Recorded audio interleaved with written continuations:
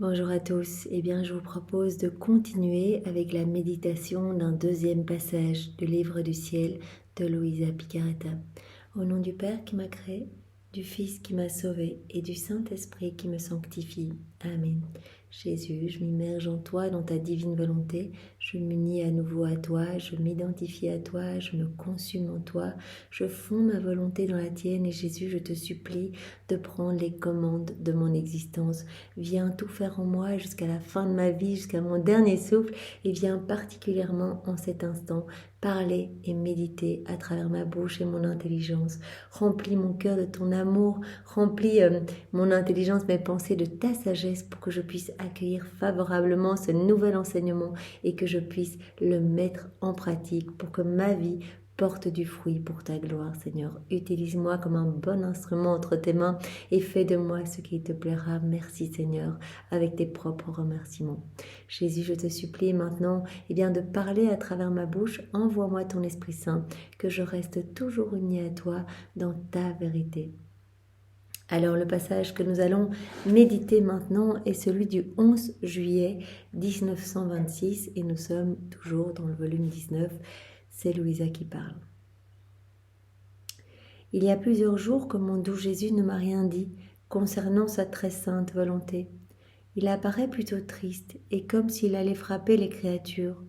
Aujourd'hui, comme s'il voulait sortir de cette tristesse, car il semble toujours en fait lorsqu'il va parler de sa volonté, il me dit « Ma fille, je veux me réjouir, laisse-moi parler du royaume de ma suprême volonté. » Jésus nous le dit tout le temps dans chaque passage. Il nous dit que parler de sa divine volonté, c'est ce qui lui amène le plus de joie, c'est ce qui le glorifie le plus. Quand nous en parlons, quand nous faisons connaître les écrits du ciel, que nous faisons des actes dans la divine volonté, tout ce qui est en lien avec sa divine volonté lui amène une joie énorme. Je lui dis, Jésus, mon amour et ma vie, si tu ne me disais pas tous les secrets qu'elle contient, je ne jouirais pas de la plénitude des biens que possède ce royaume et je ne pourrais pas te donner un retour d'amour pour les biens que tu caches. Luisa, donc elle a bien compris les enseignements de Jésus, donc Jésus le dit assez régulièrement, c'est la connaissance qui donne la possession. C'est parce qu'on connaît ce qu'il nous révèle que nous allons pouvoir désirer ardemment vivre dans la divine volonté, cette union sanctifiante et vraiment que nos vies vont se transformer. Donc c'est vraiment, la connaissance est importante et il le dit d'ailleurs que chaque enseignement est une vie divine qui croît en nous, c'est vraiment une source jaillissante de lumière, c'est vraiment un soleil qui est créé et donc c'est magnifique et chaque connaissance nous fait avancer un peu plus dans cette ressemblance avec notre Créateur. Donc je veux pouvoir te donner un retour d'amour et donc pour cela il me faut toutes ces connaissances. Je me sentirais malheureuse au milieu de tant de bonheur si je n'avais pas toutes ces connaissances, parce que mon je t'aime ne coulerait pas en tout ce que tu possèdes dans ce royaume. Donc elle demande d'avoir ces enseignements continuellement pour qu'elle puisse prendre possession de tout le royaume de la divine volonté, que vraiment la divine volonté puisse être totalement opérante et agissante en elle et qu'elle puisse faire ses rondes, placer ses je t'aime, ses actes d'adoration, de louange, de bénédiction et d'amour partout dans chaque élément créé pour ce juste retour d'amour au nom de tous. Ce je t'aime peut être petit, mais c'est celui de ta fille, celle que tu aimes tant. Et Jésus, reprenant mes propos, mes propres paroles, me dit « Ma petite fille, tu dis toi-même combien la connaissance est nécessaire. » Donc aujourd'hui, Jésus va nous parler à nouveau de l'importance de connaître. Il ne suffit pas de se dire « Ok, j'ai compris, j'ai entendu un enseignement, j'ai compris ce qu'il fallait faire, c'est bon, je vais me lancer dans des actes. » La connaissance est primordiale. À chaque fois, c'est vraiment Jésus qui nous transforme un peu plus pour nous donner plus. À chaque fois, il étend les limites de la divine volonté dans notre cœur pour nous donner une nouvelle connaissance, une nouvelle vie divine, une petite semence qui donnera une béatitude dans le ciel. Mais vraiment, il faut prendre le temps. C'est pour cela que nous prenons une vidéo par tout petit enseignement pour vraiment laisser l'enseignement être vraiment digéré et s'infuser dans toutes nos cellules. La connaissance est vraiment nécessaire, ça Jésus nous le répète tout le temps. Elle est nécessaire pour toi plus encore que pour les autres. Luisa, qui est notre chef de file, qui est la première, la dépositaire de tout le royaume de la divine volonté, elle doit recevoir et digérer toutes ces connaissances. C'est pour cela que Jésus les imprime en lettres d'or dans son cœur pour être sûr que vraiment aucun mot ne lui échappe. Tu dois savoir que pour former le royaume de rédemption, ceux qui se distinguent le plus dans la souffrance furent ma maman et moi. Et même si apparemment elle ne souffrit aucune des douleurs que connurent les autres créatures, à l'exception de ma mort que tous ont connue et qui fut le terrible coup fatal pour son cœur maternel, donc vraiment Jésus explique que la Vierge Marie a tout souffert en même temps que Jésus. Donc vraiment, puisqu'elle était totalement unie dans la divine volonté, que leurs deux cœurs ne faisaient qu'un, eh bien, vraiment toutes ces souffrances que l'Église finalement relate très très peu, eh bien, Marie a vraiment vécu seconde après seconde une agonie en fait dans son âme, puisque c'est la co-rédemptrice parfaite, elle a tout vécu avec Jésus. Et bien avant que Jésus arrive, et bien puisqu'elle était dans la divine volonté, elle ressentait déjà les souffrances de la Trinité face au manque de retour d'amour des hommes. Plus grand que la mort la plus douloureuse, puisqu'elle possédait l'unité de la lumière de ma volonté qui perça son cœur, non seulement des 7 glaives rapportés par l'Église, mais de tous les glaives des péchés et des souffrances des créatures qui martyrisaient terriblement son cœur maternel. Donc chaque acte déconnecté de la divine volonté, en rupture avec la divine volonté, cela a été comme un glaive pour le cœur de Marie. Cela a été une mort pour Jésus et un glaive pour le cœur de Marie. Elle partageait tout en même temps avec Jésus. Mais cela n'est rien encore. Cette lumière lui apportait toutes mes souffrances. La lumière de la divine volonté, donc elle en était imbibée, eh bien, elle voyait tous nos actes déconnectés, elle voyait toutes les souffrances de son fils Jésus, et donc elle dit, je vois, voilà, elle voyait tout. Jésus dit, ma maman voyait tout. Cette lumière de la divine volonté lui apportait toutes mes humiliations, mes tourments, mes épines, mes clous, et les souffrances les plus intimes de mon corps, de mon cœur qu'elle vivait en union avec moi. Le cœur de ma maman était le vrai soleil. Personne ne peut voir cette lumière, mais elle contient tous les biens et tous les effets que la terre reçoit et possède. Et l'on peut dire que la terre est enclose dans ce soleil. Toute la lumière qui émane du cœur de Marie est totalement imbibée dans la divine volonté. Donc son cœur uni à celui de Jésus, eh bien c'est rempli de la divine volonté. Donc de ce soleil irradiant tous les cœurs, toutes les âmes. Il en est de même, donc vraiment pour la reine souveraine. Donc le cœur de Jésus, soleil vraiment divin, rempli bien sûr de tout cet amour, de cette joie, de ces grâces, de ces bénédictions qu'il veut nous donner. Et il en est de même donc pour le cœur de Marie, toujours uni au cœur de Jésus et rempli de ce même soleil divin, imbibé de la divine volonté. On ne pouvait voir que sa personne, mais la lumière de ma volonté suprême la faisait participer à toutes les souffrances possibles et imaginables. Et plus ces souffrances étaient intimes et inconnues, plus elles avaient de valeur et de puissance sur le cœur divin pour demander le Rédempteur tant attendu depuis si longtemps. Donc toutes les souffrances de Marie, même alors qu'elle ne savait pas qu'elle allait être la maman du Sauveur, eh bien dès le départ, nous l'avons vu dans le mois que nous avons médité avec Marie, que dès l'instant 1 de sa conception, la seconde 1 où elle a été conçue dans le sein de Sainte Anne, eh bien, a été remplie, façonnée par la divine volonté. Elle a déjà offert sa volonté dès le début, elle est venue la déposer au pied du trône, et elle a commencé à vivre en union avec la Trinité, eh bien, toutes ses souffrances face eh bien, aux ingratitudes des hommes, aux méchancetés. Et chaque souffrance offerte, même Marie toute petite, là vraiment, qui était encore dans le ventre de Sainte Anne, ou Marie toute petite qui allait cueillir des fleurs, etc., chaque souffrance offerte, eh bien, faisait vraiment, avait une valeur une valeur, une puissance sur le cœur divin pour demander vraiment que le Verbe éternel s'incarne sur la terre. Et plus que la lumière du soleil, elle descendait dans le cœur des créatures pour les conquérir. Toutes ces souffrances que Marie offrait en union avec la Trinité, eh bien cela obtenait des grâces pour toutes les créatures, pour les conquérir et les lier au royaume de la rédemption. Marie, dépositaire du royaume de la rédemption.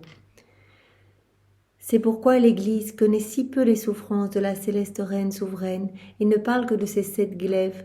Mais si l'Église savait que son cœur maternel était le refuge, le dépôt de toutes les souffrances, et que la lumière de ma volonté les lui apportait toutes, sans en épargner aucune, elle ne parlerait pas de 7, mais de millions de glaives. Marie, depuis la seconde 1 de sa conception, jusqu'à sa dormition, jusqu'à son Assomption, a vécu, mais continuellement les peines, puisque Marie est vraiment notre co-rédemptrice, notre mère et la reine des douleurs. Comme elles étaient des souffrances intimes, Dieu seul connaît l'intensité de sa douleur. C'est pourquoi, de droit, elle a été constituée reine des martyrs et de toutes les souffrances. Les créatures peuvent donner un poids, une valeur aux souffrances extérieures, mais elles ne connaissent pas suffisamment les souffrances intérieures pour leur attribuer un juste prix. Voilà, c'est vrai qu'extérieurement, on ne peut pas dire que Marie, comme ça, à part le moment où elle a perdu Jésus, ce moment de la passion, on n'a pas l'impression extérieurement qu'elle ait beaucoup souffert. On avait l'impression qu'elle était là chez elle, qu'elle faisait son petit ménage, qu'elle préparait à manger, qu'elle allait aider Saint Joseph.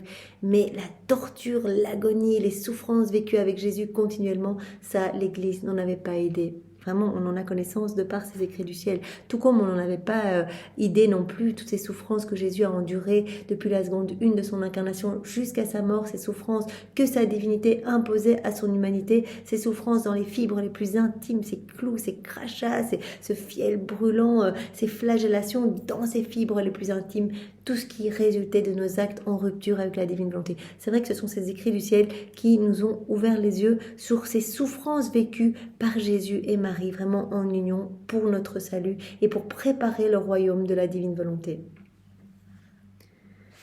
Pour pouvoir former dans ma maman premièrement le royaume de ma volonté, puis celui de la rédemption, tant de souffrances n'étaient pas nécessaires, car étant sans péché, l'héritage des souffrances n'était pas pour elle. Son héritage était le royaume de ma volonté. Donc vraiment, Marie a été façonnée dans la divine volonté directement. Elle a été conçue dans l'union de la mère de puissance, du Père, de la sagesse du Fils et de l'amour vraiment de l'Esprit Saint. Elle a été façonnée dans vraiment l'union de ces trois mères, complètement imbibée de la divine volonté. Donc vraiment, la divine volonté, elle contient toute la source de tous les bienfaits, de tous les biens. Donc ces souffrances n'étaient pas nécessaires. Elle les a souffertes parce qu'elle est la co-rédemptrice. Et donc, elle a accepté toutes ces souffrances pour, avec Jésus, refaire nos vies et nous réhabiliter à vivre dans la divine volonté. Puisque au départ, voilà, l'homme avait été créé pour cela, c'est le plan de Dieu. Adam était totalement dans la divine volonté. Quand il a quitté la divine volonté, eh bien, tous les maux, les vices, les iniquités, les maladies, voilà, toutes les horreurs, les guerres, etc., ont vu le jour et Jésus a dû venir pour payer cette dette d'amour, de gloire à son Père et nous reconnecter à la divine volonté au prix de tellement de souffrances intérieures, de souffrances intimes dont on n'avait pas connaissance. Et tout ce qu'il a souffert, il l'a souffert avec Marie. Mais afin de donner le royaume de rédemption aux créatures, Marie, ma maman, a dû se soumettre à toutes ces souffrances. Donc c'est vraiment pour notre salut et pour nous reconnecter à la divine volonté. Ainsi, les fruits de la rédemption ont mûri dans le royaume de ma volonté. Tout ce qu'ils ont fait, c'était nous préparer à vivre vraiment ce fiat de la sanctification, à recevoir tous ces enseignements et que nous puissions vraiment reprendre notre place de propriétaire, de dépositaire de tout le royaume, notre place de chef-d'œuvre de la création, puisque vraiment nous étions là à nous perdre complètement et maintenant nous sommes réhabilités, reconnectés par toutes les souffrances endurées par Jésus et par Marie. Donc tous ces fruits de la rédemption ont mûri dans le royaume de la divine volonté, possédé par moi et ma maman. Il n'est rien de plus beau, de bon et d'utile qui ne vienne de ma volonté. Mon humanité était unie à la reine souveraine, qui demeurait cachée en moi dans mes souffrances, dans mes douleurs, et c'est pourquoi on les connaît très peu. C'est vrai qu'on connaît très peu finalement les souffrances de Marie, ses souffrances intérieures, et on connaît très peu les souffrances de Jésus également. Mais quant à mon humanité, il était nécessaire que l'on sache combien j'ai souffert et combien j'ai aimé. On a connaissance des souffrances de Jésus dans son humanité. Voilà les 24 dernières heures de sa passion, tous ces rejets, ces humiliations, toutes ces fois où les gens ne l'ont pas cru, etc. Ces crachats, on a connaissance de cela. Et ça, Jésus dit, ça c'était nécessaire qu'on connaisse ces souffrances que mon humanité a subies. Sans cela, je ne pouvais pas former le royaume de rédemption. La connaissance de mes souffrances et de mon amour est un aimant, une incitation et une lumière pour attirer les âmes vers les remèdes et les biens que contient le royaume de la rédemption. Donc c'est à nouveau la connaissance qui donne la possession et donc connaître les souffrances de Jésus nous donne accès à tous ces fruits en fait. Tous les biens que contient ce royaume. La connaissance de ce que m'ont coûté leurs péchés et leur salut est une chaîne qui les relie à moi et prévient leurs péchés. Si les créatures n'avaient rien connu de mes souffrances et de ma mort, ignorant combien leur salut m'a coûté, aucune n'aurait pensé à m'aimer et à sauver son âme. Vraiment, cette connaissance est importante. Pour le royaume de la rédemption, eh bien, connaître toute la passion de Jésus, y penser, comprendre qu'il est mort par amour pour nous, qu'il a été crucifié, on peut vraiment s'imaginer un petit peu ces tortures, ces clous, etc. Eh bien, c'était indispensable. Et à chaque connaissance, eh bien, c'est une chaîne qui nous relie un petit peu plus à Jésus, une chaîne d'amour, vraiment qui nous pousse à vraiment nous offrir à lui et à vraiment à recevoir en fait les fruits de la rédemption. Voilà. Elle n'aurait pas pensé, si elle n'avait pas eu cette connaissance, elle n'aurait pas pensé à m'aimer et à sauver leurs âmes. Tu vois alors combien il est nécessaire de faire connaître tout ce qu'a fait et souffert celle qui a formé en elle un bien universel pour le donner aux autres. Ma fille, tout comme il est nécessaire de nous faire connaître et combien il nous en a coûté de former le royaume de rédemption, il est maintenant nécessaire de faire connaître celle qu'a choisi ma paternelle bonté pour former premièrement en elle le royaume du Fiat suprême, puis sa transmission aux autres. Donc, c'était nécessaire que nous ayons connaissance des souffrances de Jésus et puis aussi des 7 glaives de douleur qui ont transpercé l'âme de Marie. C'était nécessaire pour qu'on puisse bénéficier de tous les fruits de la rédemption par la suite, donc vraiment la connaissance de toutes ces souffrances internes. Et maintenant, Jésus dit, il est nécessaire de faire connaître toutes tes souffrances à toi, tout ce que j'ai fait avec toi, tout le travail que j'ai fait en toi, Louisa, toi qui vas être la première, la chef de file, pour que les âmes puissent désirer ardemment faire comme toi, en fait, s'unir à toi, voir un peu comment toi tu agissais, comment tu priais, comment tu pries, comment tu fais tes rondes, etc., pour qu'ils puissent te prendre comme modèle et à ta suite, vivre dans ma divine volonté. Donc il est maintenant nécessaire de faire connaître celle qu'a choisi ma paternelle bonté pour former premièrement en elle le royaume de la divine volonté, le royaume du Fiat suprême, puis sa transmission aux autres. Donc Louisa, elle a vraiment été choisie de toute éternité par la Trinité, puisque vraiment c'est l'âme la plus petite, Jésus l'a dit, on a fait le tour pour trouver l'âme la plus humble, pour qu'elle puisse accueillir et recevoir tous nos enseignements. Tout comme la rédemption a été formée premièrement entre moi et ma céleste maman, avant d'être connue par les créatures. Donc ça a vraiment été d'abord caché entre Marie et Jésus, ces 30 années de vie cachée. Eh bien, Jésus fait toujours l'analogie, il dit entre toi et moi, Louisa, aussi, au début, il en sera ainsi pour le Fiat suprême. Il est par conséquent nécessaire de faire connaître combien ce royaume de ma volonté me coûte et que pour rentrer à nouveau dans ce royaume qu'il avait perdu, je devais sacrifier la plus petite de toutes les créatures, la garder clouée au lit durant plus de 40 années, sans la pleine lumière du soleil accordée à tout le monde. Son petit cœur a été le refuge de mes souffrances et de celles des créatures. Combien elle les a aimées, défendues et a prié pour elles. Combien de fois elle s'est offerte elle-même pour recevoir les coups de la divine justice et défendre ses frères. Et combien elle a souffert de mes privations, son petit cœur martyrisé, lui faisant subir une mort continuelle. Donc Jésus dit c'est très important, vraiment comme, c'était important, cette connaissance de ma passion, des souffrances de ma maman, etc. Voilà, pendant le temps de la passion. Eh bien, ici, maintenant, il faut que les hommes puissent avoir connaissance du travail que j'ai opéré en toi et de toutes tes peines, tes souffrances. Toi qui es une âme victime, qui est depuis 40 ans dans ton lit, qui ne voit pas la lumière du soleil, qui est vraiment dépouillée de tout réseau social, de tout réseau amical, entre guillemets, qui vit en fait une mort continuelle, qui subit ces privations, ces souffrances, vraiment, quand Louisa ne voit pas Jésus, elle vit une agonie profonde, mais vraiment c'est quelque chose qui l'a fait littéralement mourir. Eh bien, il est nécessaire que vraiment les hommes puissent en avoir connaissance. C'est très important. En fait, comme elle n'a pas connu d'autre vie, il parle toujours de Louisa, elle n'a pas connu d'autre vie ni d'autre volonté que les miennes. Toutes ces souffrances ont posé les fondations du royaume de ma volonté. Chaque souffrance offerte, comme la reine-mère qui a uni toutes ces souffrances, qui les a toutes vécues dans la divine volonté, eh bien les souffrances de Louisa, unies à celles de Jésus, vont poser vraiment les fondations du royaume de la divine volonté.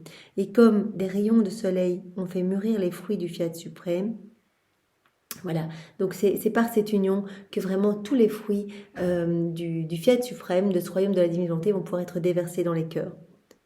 Il est par conséquent nécessaire de faire connaître combien ce royaume nous a coûté à toi et à moi, afin que les créatures puissent savoir combien je désire qu'il leur appartienne, que son coût leur en fasse connaître la valeur. En lisant, c'est vrai qu'on se rend bien compte de la valeur de ce cadeau de la divine volonté.